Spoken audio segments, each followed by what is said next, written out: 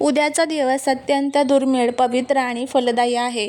उद्या आहे श्रावण महिन्यातील पहिला सोमवार आणि नागपंचमी. हे दोन सण अत्यंत पवित्र, योग आणि एकाच दिवशी एकत्र आलेले आहेत. अशा दुर्मिळ अनेक वर्षांनंतर तयार होतो, जिथे एकाच दिवशी आपल्याला भगवान शिवशंकर आणि नागदेवता यांची उपासना करण्याची सुवर्ण संधी मिळत आहे. या व्हिडिओमध्ये आपण पाहणार आहोत की उद्याच्या या महापवित्र दिवशी घरी किंवा मंदिरात पूजा कशी करावी, पूजेसाठी कोणते साहित्य लागते, पूजेचे नियम कोणते, काय करावे, काय करू नये, तसेच श्रावणी सोमवारी उपवास कसा करावा, तो कधी आणि कसा सोडावा याची सविस्तर माहिती आपण घेणार आहोत. आणि सर्वात महत्त्वाचं, या दिवशी आपल्याला एक अतिशय प्रभावी असा हा उपाय करायचा आहे. हा उपाय जर आपण केला तर आपल्या जीवनातील शत्रू कायमचे संपेल. फक्त एक दिवसात आपली इच्छा पूर्ती होईल आणि नकारात्मक ऊर्जा, कामातील अडथळे कायमचे नष्ट होतील. हा उपाय खूप प्रभावी आहे. हा उपाय कसा करायचा, कोणत्या वेळेत करायचा याबद्दलची संपूर्ण माहिती या आजच्या व्हिडिओमध्ये मी तुमच्यासोबत शेअर करणार आहे. त्यामुळे व्हिडिओ हा स्किप न करता शेवटपर्यंत पहा. चॅनलवरती जर तुम्ही नवीन असाल तर चॅनलला सबस्क्राईब करा आणि कमेंटमध्ये ओम नमः शिवाय लिहायला अजिबात विसरू नका. आता उद्या आपल्याला शिवपूजेसाठी सर्वात महत्त्वाचं काही साहित्य जे आहे तर ते लागणार आहे, ज्यामध्ये तांब्याचा तांब्या, शुद्ध पाणी, गंगाजल, कच्चे दूध, दही, मध, तूप, साखर, बेलपत्र, पांढरी फुले, अक्षदा, भस्म, चंदन, धूप, दीप आणि आरतीसाठी कापूर. नागपूजेसाठी आपल्याला हळद, कुंकू, रांगोळी, दुर्वा, लाह्या, दूध, साखर, गूळ आणि नागदेवतेची प्रतिमा किंवा मातीची मूर्ती किंवा पाटावर हळदीने काढलेल्या नागाचे चित्र, अशा पद्धतीने हे सर्व साहित्य आपल्याला लागणार आहेत. बघा, आपल्याला पूजा कशी करायची आहे. जर तुम्ही काय करायचं आहे, मंदिरात किंवा घरात शिवलिंगावर प्रथम जल अर्पित करा. त्यानंतर कच्चे दूध आणि गंगाजल एकत्र करून जलाभिषेक करा. त्यानंतर पुन्हा स्वच्छ पाण्याने अभिषेक करा. शिवलिंगावर चंदन किंवा भस्म लावा. अखंड अक्षता वाहा. शिवशंकराला अत्यंत प्रिय असलेले बेलपत्र उलट्या बाजूने म्हणजेच गुळगुळीत भाग शिवलिंगाला टेकून ओम नमः शिवाय म्हणत अर्पण करा. नागदेवतेची पूजा करताना पाठीवर हळदीने नागाचे चित्र काढा किंवा प्रतिमा ठेवा.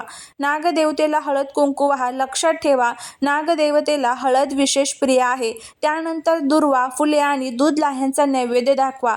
अनेक ठिकाणी नागाला दूध पाजण्याची प्रथा आहे, पण जिवंत नागाला दूध न पाजता नागदेवतेच्या प्रतिमाला किंवा प्रतिमेपुढील पात्रात दूध अर्पण करावे. शेवटी धूप आणि दिवा लावून शिवशंकर आणि नागदेवतेची मनोभावी आरती करा.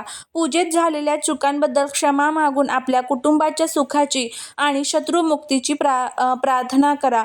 या अत्यंत पवित्र दिवशी काही महत्त्वाचे नियम पाळणे अत्यंत गरजेचे आहे, जेणेकरून पूजेचे पूर्ण फळ मिळते. सकाळी लवकर उठून आंघोळीचा आल्यानंतर स्वच्छ कपडे परिधान करायचे आहे. घराच्या मुख्य दारावर दोन्ही बाजूला हळदीने नागाची चित्रे किंवा स्वास्तिक काढावे.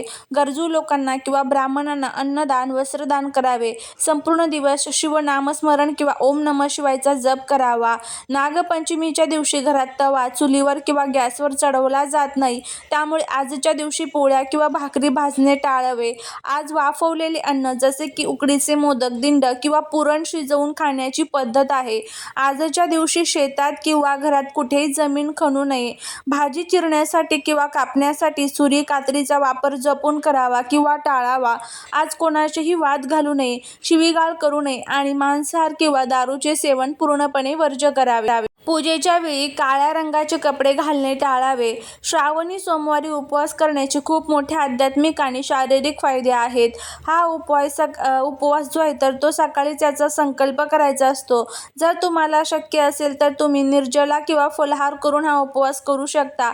जर तुम्हाला आरोग्यविषयक समस्या असतील तर तुम्ही दूध, फळे, साबुदाणा, वरी यासारखे उपवासाचे पदार्थ खाऊन उपवास करू शकता. श्रावणी सोमवारी उपवासात संध्याकाळी प्रदोषकाळात शिवपूजा आणि आरती झाल्यानंतर सोडला जातो. संध्याकाळी देवाला नैवेद्य दाखवून पूजा करून मग सात्विक भोजन ग्रहण करून उपवास सोडावा. उपवास सोडताना प्रथम पाणी किंवा गोड पदार्थ खाऊनच सुरुवात करावी.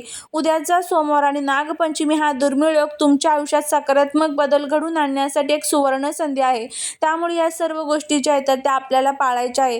यासोबतच आपल्याला एक अतिशय प्रभावी असा उपाय करायचा आहे, तो म्हणजे आपल्याला उद्या आंघोळीच्या पाण्यामध्ये काही वस्तू टाकून आपल्याला आंघोळ करायची आहे. बघा, आपल्या आजूबाजूला अनेक प्रकारची लोक राहतात आणि ज्या वेळेस या पवित्र तिथी असतात, या पवित्र तिथींना पृथ्वी तलावरील जी काही ऊर्जा असते तर ती रोजच्या तुलनेमध्ये सहस्रपटीमध्ये जास्त प्रमाणात कार्यरत असते आणि ज्या वेळेस आपण हे काही उपाय करतो त्यावेळेस त्याचे आपल्याला खूप चांगले फायदे जे आहेत तर ते बघायला मिळत असतात.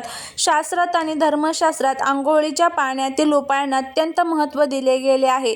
आपले शरीर हे जलतत्वाने बनले आहे आणि नागपंचमी व श्रावणी सोमवारी पाण्याचे महत्त्व 1000 पटीने वाढते. जर तुमच्या आयुष्यात सतत अडचणी येत असतील, गुप्त शत्रू तुम्हाला त्रास देत असतील, कामात यश मिळत नसेल किंवा घरात नकारात्मकता असेल तर हा उपाय तुम्ही नक्की करा. तुमच्यावर जळणाऱ्या आणि तुमचे वाईट चिंतणाऱ्या शत्रूंची वाईट नजर दूर होते. तुमच्या मनातील एखादी अनेक दिवसापासून रेंगाळलेली इच्छा पूर्ण होण्यास गती मिळते. राहू केतू व शिवदोष मुक्ती होते. नागपंचमीला आंघोळीच्या पाण्यात विशिष्ट वस्तू टाकल्याने कुंडलीतील राहू केतूच्या आणि सर्पदोषाचे नकारात्मक प्रभाव शांत होतात. हे शत्रुपीडा आणि नकारात्मकता दूर करत असतात. हा उपाय केल्यामुळे आपल्या जीवनातील सर्व जे काही दोष आहेत तर ते दूर होत असतात. तर आता यासाठी आपल्याला काय काय लागणार आहे तर ते बघा. यासाठी तुम्हाला 3 वस्तू लागणार आहे. तर तुम्हाला कापूर घ्यायचा आहे, म्हणजेच कापूरचा चुरा घ्यायचा आहे. थोडंसं जे गाईचं कच्चं दूध असतं 1 चमचाभर ते घ्यायचं आहे आणि गंगाजल घ्यायचं आहे. या 3 वस्तू तुम्हाला घ्यायच्या आहेत. त्यानंतर हे 3 घटक घेतल्यानंतर आंघोळीच्या पाण्यात टाकायचं आहे. पाण्यात या वस्तू टाकल्यानंतर आंघोळ करताना सर्वात आधी गंगा, यमुना, गोदावरी या पवित्र नद्यांचे स्मरण करा आणि अंघोळ करत असताना खालीलपैकी एका मंत्राचा तुम्हाला मंत्र जप करायचा आहे. मग ज्यामध्ये तुम्ही ओम नमः शिवाय, ओम नमः शिवाय या मंत्राचा जप करा किंवा मग ओम नागदेवताय नमः या मंत्राचा जप केला तरीही चालेल. त्यानंतर मग आपल्याला अंघोळ करायची आहे. अशा पद्धतीने आपल्याला हा जो उपाय आहे तर तो करायचा आहे. उपाय करत असताना तो पूर्ण भक्तीने, श्रद्धेने आणि विश्वासाने करण्याची खूप जास्त प्रमाणामध्ये गरज असते आणि जर आपण तो उपाय भक्तीने, श्रद्धेने आणि विश्वासाने केला त्यावेळेसच त्याचे खूप चांगले फायदे हे आपल्याला बघायला मिळत असतात. आपल्या घरातील प्रत्येक व्यक्तीच्या आंघोळीच्या पाण्यामध्ये तुम्हाला या वस्तू टाकून आंघोळ करायची आहे. आता दुधामुळे आपला चंद्र मजबूत होतो. कापूरमुळे आपल्या जीवनातील ज्या काही वाईट शक्ती आहेत तर त्या नष्ट होतात आणि गंगाजलाने संपूर्ण पवित्र नद्यांमध्ये आंघोळ केल्याचं जे काही पुण्य आहे तर ते आपल्याला मिळत असतं. इतका छान आणि इतका सुंदर असा प्रभावी उपाय आहे. अर्थात बघा, आपल्या कष्टाला पर्याय नसतो, पण कष्टासोबत आपल्या नशिबाची साथ असावी यासाठी आपल्याला हे काही छोटे छोटे उपाय जे असतात ते करायचे असतात. तर नक्की तुम्ही हा उपाय करून बघा. घरामध्ये जर सुतक पिरियड्स असेल तर तुम्हाला हा उपाय करता येणार नाही. आता या दिवशी तुम्हाला हा उपाय किती वाजेपर्यंत करायचा आहे तर मग तुम्ही सकाळी 8 वाजेपर्यंत केव्हाही तुम्ही हा उपाय करू शकता. जास्तीत जास्त लवकर करण्याचा प्रयत्न करा, जेणेकरून काय होईल का आपण जे काही सेवा करतोय, आपण जे काही उपाय करतोय त्याचं फळ हे आपल्याला लवकरात लवकर मिळतं. कारण 8 नंतरची जी अंघोळ असते तर ती राक्षसांची अंघोळ मानली जाते. त्यामुळे अशा पद्धतीने आपल्याला हा उपाय करत असताना ही काळजी जी आहे तर ती घ्यायची आहे. त्यानंतर बघा, जर तुम्ही शिवमंदिरामध्ये जाणार असाल तर भगवान शिवशंकरांना तुम्हाला बेलपत्र आवर्जून अर्पण करायचे आहे. बेलपत्र अर्पण करत असताना त्यावरती ओम नमः शिवाय तुम्ही चंदनाच्या सायने लिहून ते बेलपत्र अर्पण करा. याचा सुद्धा तुम्हाला खूप चांगला फायदा जो आहे तर तो होईल. आणि जर शत्रूंचा खूपच जास्त त्रास असेल तर तिथे भोलेनाथांना सांगायचं आहे की माझ्या जीवनातील शत्रूंचा जो काही त्रास आहे तर तो दूर करा. अशा पद्धतीने आपल्याला हे छोटे छोटे उपाय जे आहेत तर ते करायचे. तुम्ही करून बघा, नक्कीच तुम्हाला याचा खूप चांगला फायदा जो आहे तर तो बघायला मिळेल. झालेली सेवा ही महाराजांच्या चरणी रुजू करते. व्हिडिओ जर आवडला तर लाईक, शेअर आणि सबस्क्राईब करायला विसरू नका. भेटूया पुढच्या एका छानशा नवीन व्हिडिओत एका नवीन माहितीसोबत. तोपर्यंत सर्वांना श्री स्वामी समर्थ.